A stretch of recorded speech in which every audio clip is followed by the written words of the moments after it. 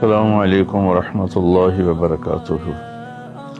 الحمد للہ وکفی وسلام علی عبادہ الذین اصطفی، اما بعد۔ رجب کے مہینہ میں اللہ تعالیٰ کے نبی کو اللہ تعالیٰ نے اپنے پاس بلایا، جس کو ہم معراج کہتے ہیں، شب معراج، لیلۃ المعراج، اور اس کے لیے اہتمام بھی کیا جاتا ہے عبادات کا، خیرات کا۔ یہ اللہ تعالیٰ کی بہت بڑی قدرت میں سے ایک چھوٹا سا نمونہ تھا کہ 3 کپڑوں میں اٹھایا اور سارے خلا کے پردوں کو چاک کروا کے 7 آسمان کے دروازے کھلوا کر سدرۃ المنتہا پہ جبریل کی بھی بس ہو گئی کہ اس کے آگے اتنا بھی اوپر گیا تو جل کے راکھ ہو جاؤں گا، تو اس سے اوپر آپ تشریف لے گئے، اور پھر عرش خوشی سے جھوم اٹھا، اہتز عرش الرحمن، عرش خوشی سے یوں جھوم رہا تھا۔ خوشی میں انسان بے خود ہو کر جھومنے لگ جاتا ہے، تو اللہ کا عرش جھومنے لگا آپ کی آمد پر، اور پہلی ہستی ہیں جن کا قدم اللہ کے عرش پر پڑا، اور اللہ تعالیٰ اور اللہ کے محبوب کے درمیان جتنے نور کے پردے تھے اللہ نے سب ہٹا دیے، اور السلام علیک ایھا النبی ورحمۃ اللہ وبرکاتہ۔ اللہ تعالیٰ نے ایسا خوبصورت سلام پیش کیا، تو اللہ کے نبی پہ قربان جاؤں، انہوں نے اپنی امت کو بھی شریک کر لیا، السلام علینا وعلی عباد اللہ الصالحین، اللہ ہمارے اوپر بھی سلام ہو آپ کا، اور جو میری امت کے نیک لوگ ہیں ان پر بھی آپ کا سلام ہو، آپ کی رحمت ہو۔ تو معراج کا واقعہ اسباب کے خلاف ایک انتہائی عجب اللہ کی قدرت ہے، اور اس میں ایک چھوٹی سی بات عرض کروں کہ جب آدمی پس جاتا ہے نا اور کہتا ہے متی نصر اللہ، یا اللہ تیری مدد کہاں ہے، تو پھر اللہ کی طرف سے جواب آتا ہے الا ان نصر اللہ قریب، بے شک میری مدد قریب ہے، آ رہی ہے۔ یہ واقعہ طائف کے بعد پیش آیا ہے، جب آپ بے بس ہو گئے تھے، پتھر کھا کے شدید زخمی ہوئے، پھر آپ مکہ تشریف لائے تو باہر ٹھہر گئے، اندر آنے کی آپ کی سکت نہیں تھی، اور آپ نے زید ابن حارثہ کو اخنس بن شریک کے پاس بھیجا کہ مجھے پناہ دو، میں مکے میں داخل ہونا چاہتا ہوں، تو اس نے انکار کر دیا، کہا میں نہیں پناہ دیتا۔ پھر اپنے سہیل ابن عمر کو پیغام بھیجا کہ مجھے پناہ دو، اس نے بھی انکار کر دیا۔ پھر ایک اور عرب کے سردار تھے، ان کو پیغام بھیجا، غالباً صفوان بن امیہ کو پیغام بھیجا کہ مجھے پناہ دو، تو انہوں نے بھی انکار کر دیا۔ تو پھر آپ نے مطعم بن عدی کو پیغام بھیجا، ان کے بیٹے جبیر صحابی بنے، تو مطعم بن عدی کو پیغام بھیجا تو وہ آپ نے بچوں کو لے کر باہر گیا، اور اللہ کے نبی کو اپنے بیٹوں کے ساتھ لے کر مکے میں انٹر ہوا، حرم شریف میں آ کے اعلان کیا آج کے بعد محمد بن عبداللہ صلی اللہ علیہ وسلم میری پناہ میں ہے، انہیں کوئی ٹچ نہیں کر سکتا۔ ابو جہل نے کھڑے ہو کر کہا تم یہ اس کا کلمہ پڑھ کے کہہ رہے ہو یا اپنی سرداری کے زوم پر کہہ رہے ہو، اپنی سرداری کے بلبوتے پر؟ اور کہا نہیں، میں نے اس کا کلمہ نہیں پڑھا، جو اللہ نے مجھے سٹیٹس دیا ہے اس کی وجہ سے کہہ رہا ہوں۔ کہ پھر ٹھیک ہے، ہم ان کو کبھی ٹچ نہیں کریں گے۔ اس قدر حال سنگین ہو گیا تھا، اور کبھی آسمان کے فرشتے نہیں روئے سوائے 2 جگہ۔ ایک دفعہ جب ابراہیم علیہ السلام نے حضرت اسماعیل کو الٹا لیٹایا اور چھری ہاتھ میں اور سر کے بال ہاتھ میں، اس طرح، اور یوں آسمان کو دیکھ کے کہا یا اللہ تو مجھ سے ناراض ہو گیا ہے کہ میرے دل میں اسماعیل کی محبت آ گئی ہے۔ اس پر آسمان کے فرشتے زار و قطار روئے تھے۔ اور ایک جب ہمارے نبی کو پتھر پڑے اور پڑھتے پڑھتے بے ہوش ہو کے گر گئے اس وقت ساتوں آسمان کے فرشتے روئے تھے، اور پھر ملک الجبال حاضر ہوا، یا رسول اللہ اجازت ہو تو ان کو ایسے پیس کے سرما بنا کے رکھ دوں، ان اطبق علیہم الاخشبین۔ آپ نے کہا نہیں، لا اللہ ان یخرج من اصلابہ من یوحد اللہ، نہیں، اللہ تعالیٰ ان کی نسل میں ایسے پیدا کرے گا جو اللہ کی توحید کو ماننے والے ہوں گے۔ اس تکلیف کے بعد یہ سفر ہوا کہ 27 رجب کو جبرائیل آئے، آسمان سج چکے ہیں، اور ہماری یعنی زبان میں یا ہمارے رواج میں کہ یا رسول اللہ استقبال کے لیے قطاریں لگ گئی ہیں، آپ ان کو لے کر گئے۔ آپ ام ہانی رضی اللہ عنہ، حضرت علی رضی اللہ تعالیٰ عنہ کے گھر میں تھے آپ، تو وہاں سے حتیم میں لے گئے، آپ کا سینہ چاک کیا۔ دوسرے فرشتہ وہ پانی لایا زمزم کا، اس سے آپ کے سینے کو صاف کیا، پھر دل باہر نکالا، اس کو چیرا، اسے صاف کیا، اور پھر دوبارہ دل کو رکھ دیا، سینے کو بند کر دیا۔ اب یہ سارا کچھ اپنے ہوش میں دیکھ رہے تھے۔ پھر وہاں سے براق پہ سوار ہوئے۔ براق گدھے سے بڑا قد، خچر سے چھوٹا قد والا ایک جانور تھا، جس پر آپ کو سوار کرایا گیا، اور وہ تھوڑا مستی کرنے لگا تو جبریل بولے تو یہ پتہ ہے تیرے اوپر کون سوار ہیں؟ تو اس کے ساتھ ہی وہ ایک دم سر نیچے کر گیا، اور پھر وہاں سے پرواز کی بیت المقدس، اور وہاں آپ نے 2 نفل پڑھے اور ان کو وہیں چھوڑ دیا، اس کو براق کو وہیں چھوڑ دیا۔ وہاں سے پھر سفر شروع ہوا اللہ کی طرف۔ اس سفر کو اللہ نے یوں بیان کیا، سبحان الذی اسری بعبدہ لیلا من المسجد الحرام الى المسجد الاقصى الذی بارکنا حولہ لنریہ من آیاتنا انہ هو السمیع العلیم۔ تو اس میں اہل علم کے لیے بڑا خوبصورت نقطہ بھی میرے ذہن میں ہے کہ یہ قرآن کی پہلی صورت ہے جو سبحان مصدر سے شروع ہو رہی ہے، سبحان الذی۔ پھر اس کو آگے لے جا کر اللہ تعالیٰ نے مصدر کے بعد فعل ماضی ہوتا ہے تو سبح للہ ما فی السماوات والارض کے ساتھ شروع کیا، تو مصدر آیا، ماضی آیا، ماضی کے بعد مضارع ہوتا ہے، فیوچر ہوتا ہے، مستقبل ہوتا ہے، تو یسبح للہ ما فی السماوات وما فی الارض الملک القدوس العزیز الحکیم۔ پھر اس کے بعد امر کا صیغہ ہوتا ہے تو سبح اسم ربک الاعلی الذی خلق فسوی۔ یہ قرآن کا اعجاز ہے، قرآن کی خوبصورتی ہے، قرآن کی بلاغت ہے۔ سبحان، سبح، یسبح، سبح۔ تو اللہ تعالیٰ نے پہلے اپنی پاکیزگی کو بیان کیا کہ جو کچھ کہنے والا ہوں میں سب کچھ کر سکتا ہوں، میرے لیے کوئی مشکل نہیں کہ میں اپنے بندے کو لے کر گیا۔ اللہ آنے جانے سے پاک ہے، لیکن با کا اضافہ یہ بتاتا ہے کہ اللہ تعالیٰ کہہ رہے تھے یوں ہی سمجھو کہ میں اپنے بندے کو خود لے کر گیا اوپر۔ آپ جبریل کے کندھوں پر، پروں پر سوار ہو کر نہیں گئے، آپ کا سفر الگ تھا، جبریل کا الگ تھا، یہاں تک کہ پہلے آسمان پر پہنچے تو دروازہ کھلا تو آدم علیہ السلام نے استقبال کیا، گلے لگایا۔ پھر اس سے اوپر گئے تو عیسیٰ علیہ السلام، یحییٰ علیہ السلام، زکریا علیہ السلام نے استقبال کیا، اور سارے آسمان کے فرشتوں نے استقبال کیا۔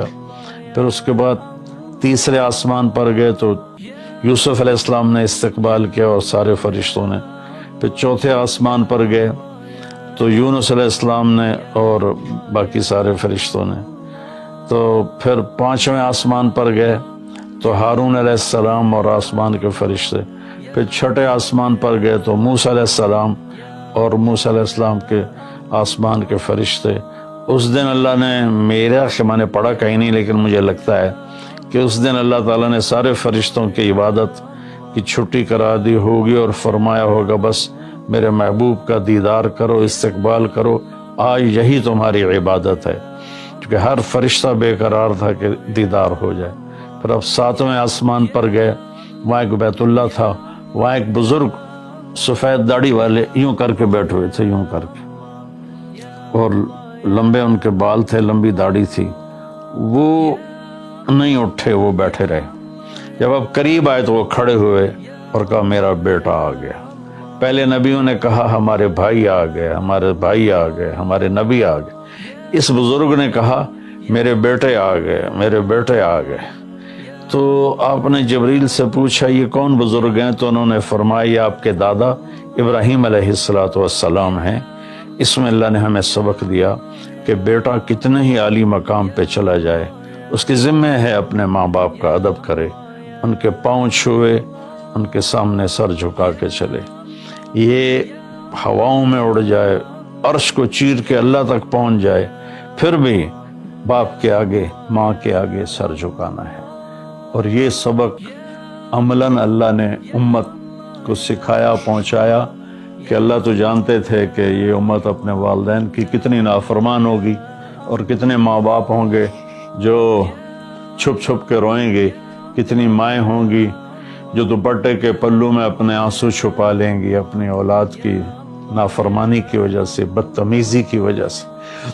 میرے نبی سے پوچھا گیا یا رسول اللہ قیامت کب آئے گی؟ تو آپ نے فرمایا اللہ کو پتہ ہے، کیا کوئی نشانی فرما دیں؟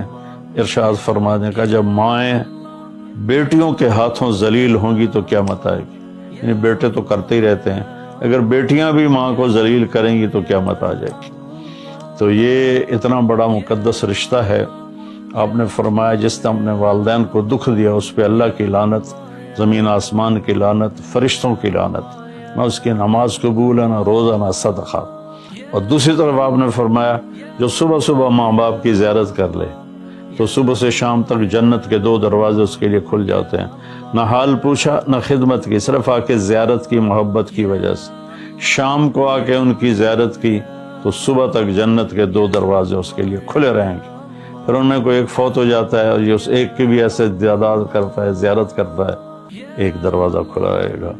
تو یہ اس میں ایک بہت بڑا سبق تھا ماں باپ، چونکہ پہلا قصور تو ماں باپ کا ہے کہ وہ بتاتے ہی نہیں، وہ تعلیم ہی نہیں دلاتے جس سے پتہ چلے کہ ماں باپ کا مقام کیا ہے۔ اسی میں ہماری نسل ڈپریشن کا شکار ہو گئی۔ تو انہیں کیا پتا باپ کون ہوتا ہے، ماں کون ہوتی ہے؟ تو آپ وہاں سے تشریف لے گئے تو سدرۃ المنتہا، جہاں بارڈر آ جاتا ہے ان مخلوقات کا، بارڈر پر جبریل نے کہا یا رسول اللہ بس آگے میرے پاس ویزا کوئی نہیں ہے، ایک بالشت بھی اوپر جائے، ایک گٹھ بھی اوپر جاؤں گا تو جل کے راکھ ہو جاؤں گا۔ اللہ نے ایک تخت اتارا، اس سے اپنے محبوب کو بٹھایا اور وہ گئے بلندیوں کو چیرتے ہوئے، اس نے عرش پر جا کر لینڈ کیا، آپ اترے اور میرے اللہ تعالیٰ نے کہا ثم دنا فتدلی فکان قاب قوسین او ادنی۔ اللہ تعالیٰ نے اپنے محبوب کو اپنے قریب کر لیا، اتنا قریب کیا کہ فاصلے مٹ گئے، فاصلے مٹ گئے۔ تو بھائیو پھر لمبا واقعہ ہے، اور لوگ آج کل اتنا لمبا سنتے بھی نہیں ہیں، تو میں صرف جانے کا بتا دیتا ہوں۔ واپسی کا بھی پورا ایک کہانی ہے، جنت دکھائی، جہنم دکھائی، جنتی دکھائے، جہنمی دکھائے، سارا کچھ دکھایا، سود خور دکھائے، بے نمازی دکھائے، نمازی دکھائے، اپنے سب کو اپنی آنکھوں سے دیکھا، جہنم کو بھڑکتے دیکھا، جنت کو چمکتے دیکھا، جہنم کو دہکتے دیکھا اور جنت کو مہکتے دیکھا۔ یہ سب کچھ آپ نے اپنی آنکھوں سے دیکھا اور پھر آپ واپس تشریف لائے۔ تو جب آپ پہنچے تو ابھی رات کا حصہ باقی تھا اور رات گزری نہیں تھی جب آپ اتنی بڑی کائنات کا سفر کر کے واپس تشریف لائے۔ تو اس میں ایک بڑا سبق ہے، وہ یہ ہے کہ اللہ نے اپنے نبی کا ہاتھ پکڑا اور اپنی ذات تک پہنچا دیا۔ ہم اپنا ہاتھ اللہ کے نبی کے ہاتھ میں دے دیں تو ہم بھی اللہ کی ذات تک ہماری بھی پہنچ ہو جائے گی۔ اگر کوئی بڑائی کے سفر طے کرنا چاہتا، بڑا آدمی بننا چاہتا ہے کہ میں تو جی گریٹ مین بننا چاہتا ہوں، میں کامیابی چاہتا ہوں، میں سکسیسفل لائف چاہتا ہوں، تو کامیابی ہے کہ میرا آپ کا اللہ ہم پہ راضی ہو، جب ہم مریں تو وہ ہم سے خوش ہو کر ملے، ہمیں جنت کا پروانہ دے۔ یہ ہے کامیابی۔ یہ نہیں کہ آپ بڑے مالدار بن گئے، آپ امریکہ کے صدر بن گئے، یہ نہیں ہے۔ کامیابی یہ ہے کہ آپ سے، مجھ سے اللہ راضی ہو جائے، یہ سب سے بڑی کامیابی ہے۔ تو اللہ تعالیٰ کے نبی کے ہاتھوں میں ہاتھ دے دے تو اللہ تک پہنچائی آسان ہو جائے گی۔ ایک واقعہ سنا کے ختم کرتا ہوں۔ ایک بدو آیا، کہنے لگا ہے محمد، آپ نے کہا جی۔ اب بدتمیزی کا جواب بدتمیزی سے نہیں، پیار سے دیتے، جی تیری 3 باتیں بڑی عجیب ہیں۔ آپ نے کہا کیا؟ تو کہتا ہم باپ دادے کا دین چھوڑ کے تیرے دین پہ آ جائیں گے، ہم کیوں چھوڑیں باپ دادے کا دین؟ کہا اچھا، اور؟ تو کہتا ہے کہ ہم مر کے مٹی ہو جائیں گے اور پھر دوبارہ زندہ کیے جائیں گے۔ کہا اچھا، اور؟ تو کہتا ہے سورے عرب کو تیری امت فتح کر لے گی، ایران اور یورپ کو بھی تیری امت فتح کر لے گی۔ تو یہ کیسی بچوں والی باتیں کہا، ان کو روٹی نہیں ملتی اور یہ سنا رہا ہے ان کو کہ اس سے کیسر اور کسرا 2 بڑے بلاک تھے اس وقت۔ تو آپ نے مسکرا کے فرمایا انشاءاللہ تیری عمر لمبی ہوگی، تو دیکھے گا کہ سارا عرب و عجم میرا کلمہ پڑھے گا، پھر تو دیکھے گا کہ سارا عرب و عجم یہاں مدینہ ڈھک کے آئے گا، اور پھر تو دیکھے گا کہ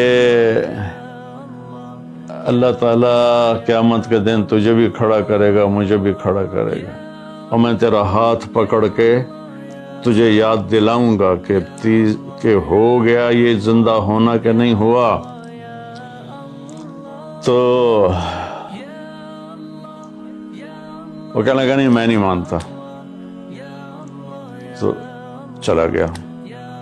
اس نے پھر ابوبکر صدیق کے دور میں دیکھا سارا عرب فتح ہو گیا، کہنے لگا پہلی بات تو پوری ہوگی، ساری قوم نے کلمہ پڑھ لیا۔ حضرت عمر کا زمانہ آیا تو کیسر اور کسرا پٹ گئے، تو کہنے لگا دوئی گل بھی پوری ہوگی، ہن باویں تری ہو ہی نہ جاوے کدائیں، چلیے بھائی کلمہ پڑھیے۔ تو وہ وہاں سے اپنے علاقے سے آیا، حضرت عمر کے دربار میں آ کر اس نے کلمہ پڑھا۔ جب وہ آپ کی محفل میں آتا آپ اس کے لیے کھڑے ہو جاتے، بڑا اکرام کرتے۔ تو ایک دفعہ فرمایا کہ تم دیکھتے ہو میں اس بدو کا بڑا اکرام کرتا ہوں، میں اس محفل میں تھا جس میں اللہ کے نبی نے کہا تھا کہ رہے گی تیسری بات تو تیرا ہاتھ پکڑ کے بتاؤں گا کہ ہوئی کہ نہیں ہوئی، ہم مر کے زندہ ہوئے ہیں کہ نہیں ہوئے، اور قیامت کا دن جس کا ہاتھ میرے نبی کے ہاتھ میں آ گیا وہ جنت میں پہنچانے سے پہلے کبھی نہیں چھوڑیں گے۔ تو یہ وہ شخص ہے جس کا ہاتھ میرے نبی نے پکڑا ہوا ہے، اس کو جنت تک پہنچا کے چھوڑیں گے۔ تو میرے عزیزوں، میرے بھائی بہنوں، بچوں بچیوں، ہم مختلف قسم کی نافرمانیوں کا شکار ہیں اور اس میں ہم لذت ڈھونڈتے پھر رہے ہیں اور فرسٹریشن کا شکار ہیں۔ ہماری نئی نسل نشوں پہ لگی ہوئی ہے۔